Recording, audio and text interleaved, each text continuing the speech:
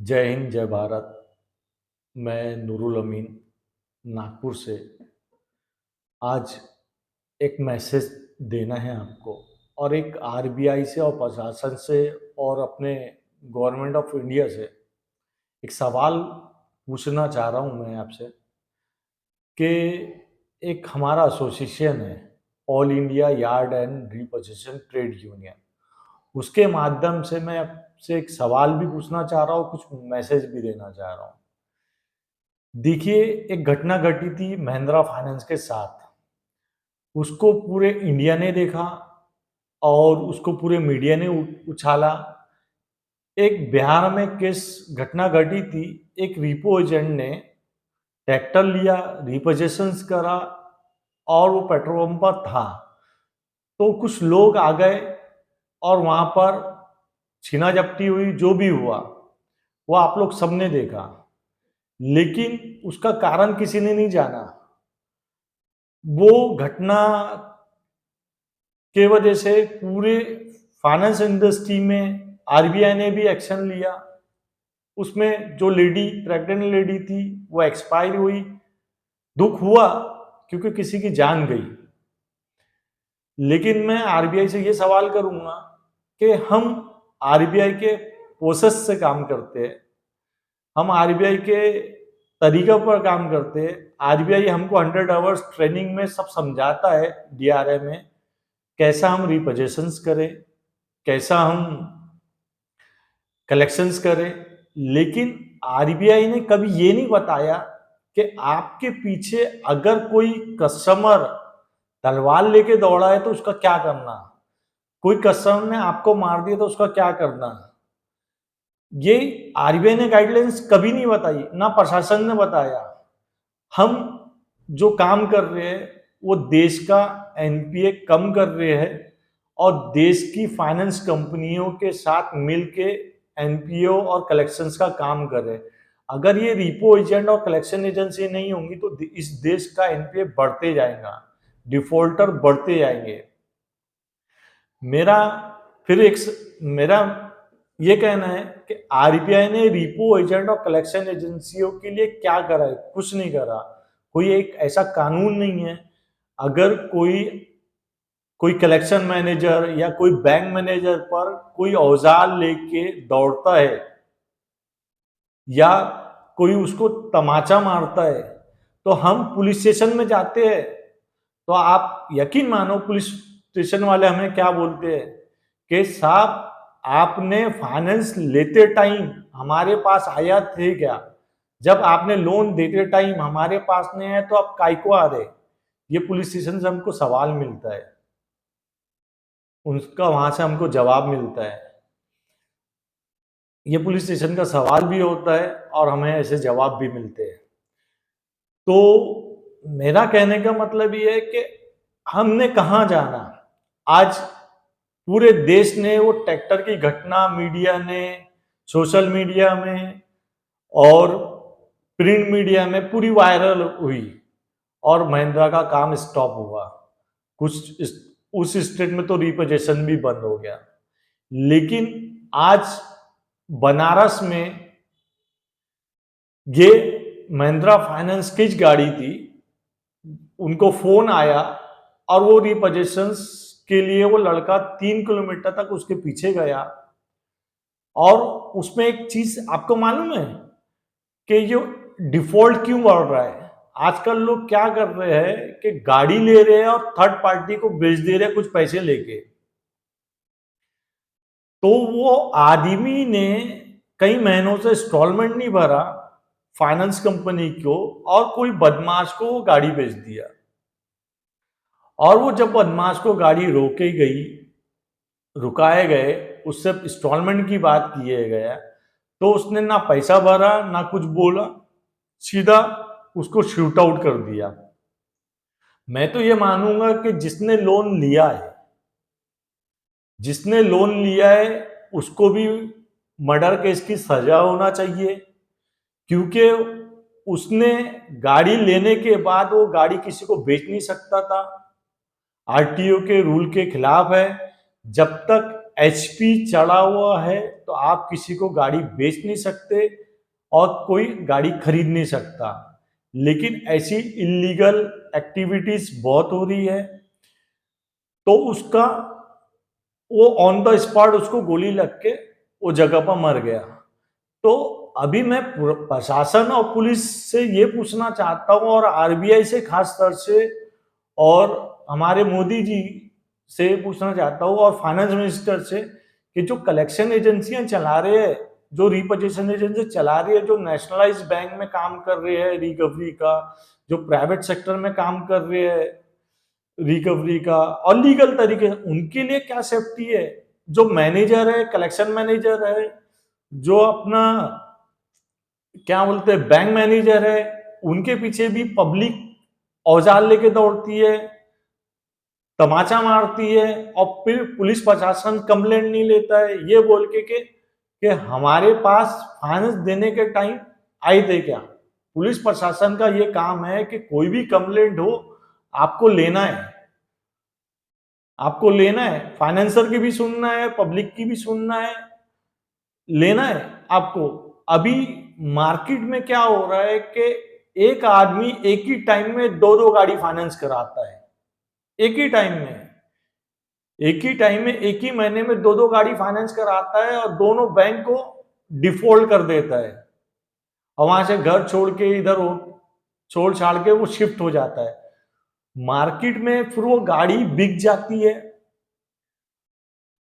Market में बिक जाती है, वो 10-15 लाख रुपए कैश ले लेता है, अगला गाड़ी आराम से चलाता है, गाड़ी आराम से चलाता है। अगर उसके पास कोई रिकवरी एजेंट या कलेक्शन का बंदा वहां जाता है तो उसको धमकी मिले जाती है, और उसको बोला जाता है कि आज के बाद नहीं आना, तेरे को नहीं तो मारेंगे, नहीं तो गोली मार देंगे, यही होता है। तो ऐसे में आरबीआई से भी ये पूछना चाह रहा हूँ, प्रशासन से भी पूछना कि रिपो एजेंट क्या करे, कलेक्शन एजेंसी बंद कर दे या रिपोजिशन बंद कर दे। मैं तो बोलता हूँ कि अगर आरबीआई ने ये कदम उठा लिया ना, कलेक्शन एजेंसी और रिपोजिशन बंद कर दिए, तो देश का एनपी है ना ये बढ़ जाएगा, डिफॉल्टरों की तादाद बढ़ते जाएंगे। तो हम देश के हित में बहुत अच्छा काम कर रहे हैं, और बहुत अच्छे से कुछ लीगली इलीगली तरीके से कुछ हमारे साथ के लोग भी है इलीगली से रिपोजेशन करते हैं, उनके वजह से हमारा नाम खराब होता है। लेकिन इसका भी हमने एक सोल्यूशंस निकाल लिया है। All India yard and repossession trade union के माध्यम से हमारा एक वेबसाइट लॉन्च हो रहा है। तो वेबसाइट में जो प्रोसेस से काम करेगा, जो आरबीआई की गाइडलाइन से काम करेगा, हम उसके साथ खड़े रहेंगे, और जो हमारे रूल्स को फॉलो करेगा हम उसके साथ खड़े रहेंगे। All India yard and repossession trade union का यही एक प्रोसेस है कि जागरूकता करना, इलीगल से रिपोजेशन नहीं करना, कोई छीना झपटी नहीं करना, किसी को परेशान नहीं करना।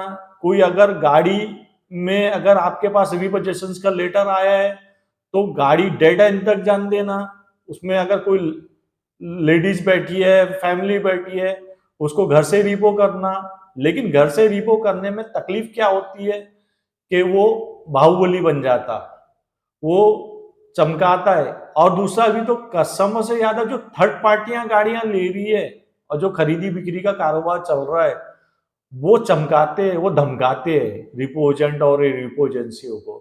उसमें प्रशासन का भी मैं ये मानना चाहता हूं कि अगर वो थर्ड पार्टी है गाड़ी और कोई दूसरा चला रहा, तो उसका गाड़ी पर कोई अधिकार नहीं है, उस पर कोई गाड़ी का अधिकार नहीं है, वो फाइनेंस कंपनी का अधिकार है, और वो फाइनेंसर का अधिकार है उस पर थर्ड पार्टी का अधिकार नहीं है। लोग झूठी कंप्लेंट डालते हैं कि फाइनेंसर परेशान कर रहा है। यहां तक तो ऐसा भी मैंने देखा हूं कि केस में नई जेसीबी लिया 3DX, महीना भर हुआ, उसने वो गाड़ी थर्ड पर्सन को बेच दिया। प्रशासन को भी देखो कैसा बेवकूफ बना रहा है। उसके बाद चोरी की कंप्लेंट डाला, चोरी की कंप्लेंट डाला, और उसके बाद पुलिस वालों को भी मिसगाइड करा। पता चला जब हमने उसको देखा, चेक करा, तो पता चला उसने किसी और थर्ड पार्टी को वो गाड़ी बेच दिया और इधर झूठी चोरी की कंप्लेंट डाला है। तो ऐसी भी पब्लिक कर रही है, और जो अच्छे रहते हैं लोग, जो मजबूरी में, वो बराबर पैसा भरते हैं। तो प्रशासन से मेरा यही कहना है कि इस पर थोड़ा सा कलेक्शन और रिपोजेशन एजेंसियों पर ध्यान दें कि हमारे साथ आए दिन घटना घटते जा रही है। हमारे यहाँ जो बंदे हैं उनको सेफ्टी नहीं है, और हम जो कलेक्शन मैनेजर है हर फाइनेंस कंपनी को, वो भी किसी के बेटे हैं, वो भी किसी के आदमी हैं, वो भी किसी के बाप है। तो किसी ना किसी की जान है। तो मैं आज पूरे आरबीआई को भी बोलना चाह रहा हूँ और फाइनेंस मिनिस्टर को भी बोलना चाह रहा हूँ कि इसमें ध्यान दे। और जो घटना घटी है इतवार के दिन, कल, उसको, बंदे को न्याय मिलना चाहिए। उसके जो आरोपी है और जिसके नाम पर गाड़ी थी, उसको भी पुलिस प्रशासन अंदर करना चाहिए। उसको भी मर्डर केस के सेक्शन लगाना चाहिए, क्योंकि अगर वो गाड़ी किसी और को बेचता नहीं तो ये घटना होती नहीं। तो अगर ये ऐसे ही चलते रहेगा तो कोई भी आदमी आएगा और कोई भी बंदूक रखेगा, किसी को भी, बैंक मैनेजर को मारेगा, किसी को भी गोली से उड़ा दिया जाएगा। तो आने वाले फ्यूचर में कलेक्शन एजेंसियां और रिपो एजेंसियां बंद होंगी जो अच्छे से काम कर रही है। तो हमें भी पुलिस का प्रोटेक्शन चाहिए। और हम ये नहीं बोलते पुलिस का कि पूरा प्रोटेक्शन चाहिए। अगर पुलिस स्टेशन हम जाते तो हमारी बात सुने, हमको भगाए ना। अगर कोई थर्ड पार्टी आती है उसके बीच में कि भैया ये गाड़ी मेरे पास से भी है और गाड़ी नहीं, तो गाड़ी क्यों नहीं उठाएंगे? क्योंकि तेरे पास तूने इलीगल तरीके से वो गाड़ी खरीदा है।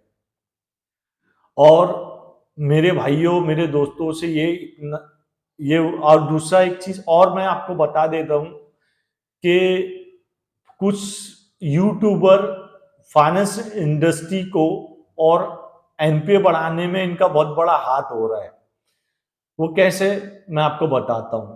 वो क्या कर रहे हैं कि यूट्यूब पर आके अपना रील बना रहे हैं, और फाइनेंस कंपनी के जो कर्मचारी आ रहे हैं, रिकवरी एजेंट आ रहे हैं, उनको बोलते हैं कि ये इलीगल तरीके से आ रही है। जबकि वो इलीगल तरीके से आए तो हम भी बोलते हैं कि आप उस पर एक्शन लो। लेकिन अगर वो लीगल तरीके से आते हैं तो आप, कुछ यूट्यूबर तो ऐसा बोलते हैं कि कोई कलेक्शंस का बंदा आता है, कोई आपका मैनेजर आता, तो उसकी गांड पर लात मारो और उसको भगाओ।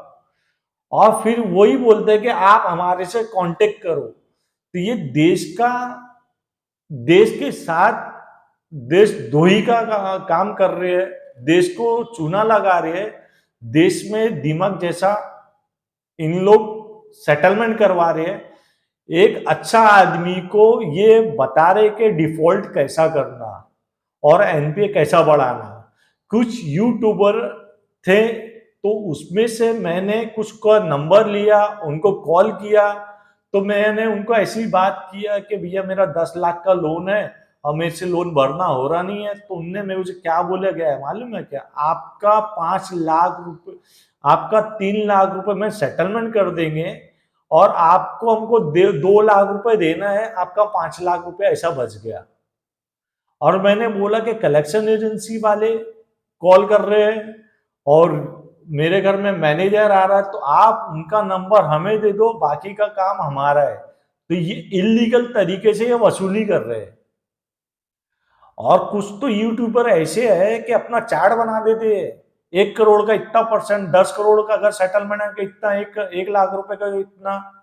मैं तो उनकी, मेरे पास तो स्नैपचैट है, उनकी रिकॉर्डिंग है मेरे पास सारों की। तो ऐसा यूट्यूबर ये देश के हित में काम नहीं कर रहे, ये देशद्रोही का काम कर रहे हैं।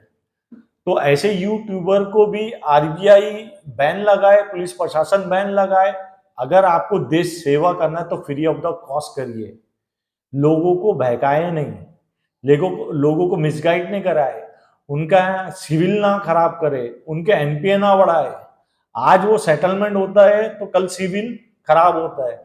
ऐसी बहुत सारी फेसबुक और वेब फेसबुक और अपना यूट्यूबर ऐसे आ गए हैं कि वो साथ बोलते हैं कि आप सेटलमेंट के लिए आप हमको दो। तो आप ये बताइए कि देश का एनपीए ये बढ़ाने के चक्कर में है कि देश को डुबाने के चक्कर में है? अगर ऐसे लोग हैं तो उन पर कार्रवाई होना चाहिए। उनको किसने अधिकार दिया है कि सेटलमेंट की बात करे और रिकवरी की बात करे? अगर आप देश के किसी की मदद करना चाहिए तो उसको फ्री ऑफ द कॉस्ट करे, उसका वाकई में सेटलमेंट करवाए अगर वो प्रॉब्लम में। आप पैसा क्यों मांग रहे हो? आप कमीशन क्यों मांग रहे हो? 1.5 से 2 लाख रुपए, 10%, 20% आपको कॉल करो तो आप चार्ट बेचते हो। तो ये जो घटना घटी है ये पूरी वायरल होना चाहिए, और जो हमारे रिपो एजेंट को गोली मार के हत्या कर दी गई है, आरबीआई और प्रशासन को इस पर एक्शन लेना चाहिए और उसको उसके हक का पैसा मिलना चाहिए, क्योंकि वो किसी के लिए काम करता था। कल को हमारे साथ भी घटना होंगी तो पूरे और आने वाला फ्यूचर के साथ कुछ कानून बनना चाहिए कि कलेक्शन एजेंसियां को लीगल राइट्स दे और इनका फ्यूचर आए, क्योंकि जब ही हम आरबीआई के साथ और बैंक के साथ रिपोजिशन करेंगे। जय हिंद, जय भारत।